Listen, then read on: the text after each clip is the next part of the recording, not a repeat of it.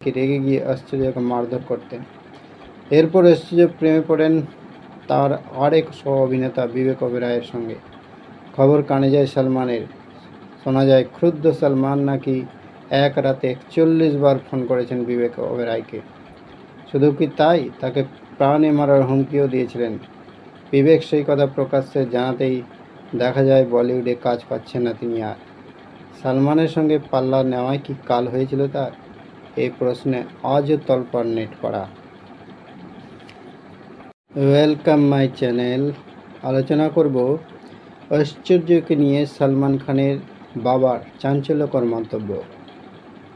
সালমান খানের সঙ্গে তুখোড় প্রেম ছিল ঐশ্বরিয়া রায় বচ্চনের, তাই পরবর্তীতে সে প্রেম ভেঙে যায়। খুব যে ভালোভাবে ব্রেকআপ হয়েছিল তাদের, এমনটা কিন্তু নয়, বরং কুৎসিতভাবে শেষ হয়েছিল সম্পর্ক। এরপর সম্পর্কে জড়ান বিবেক ওবেরয়ের সঙ্গে। মধ্যরাতে বিবেককে ফোন করে সালমানের হুমকি, সংবাদ মাধ্যম ডেকে সালমানের বিরুদ্ধে বিক্ষোভের ক্ষোভ উগড়ে দেওয়া হয়। এসব ঘটনা কারো অজানা নয়। তবে জানেন কি, এসবের মধ্যে ঐশ্বরিয়াকে নিয়ে মুখ খুলেছিলেন সালমানের বাবা সেলিম খানও। বলেছিলেন এমন কিছু কথা যা অবাক করবে আপনাদের। সেলিম বলেন, এই সমস্যার কোনো যুক্তিসঙ্গত সমাধান নেই। সালমান ও বিবেক দুজনে আবেগঘন। একদিন বুঝতে পারে এক বোকা জিনিস নিয়ে লড়েছিল ওরা।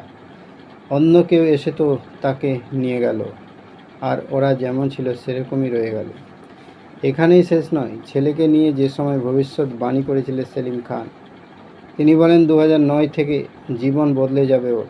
যদি সালমান সত্যি বিয়ে করে তবে আগামী 1 থেকে 2 বছরের মধ্যেই করবে, নয়তো যা বুঝতে পারছি তাতে বিয়ের সম্ভাবনা খুবই কম।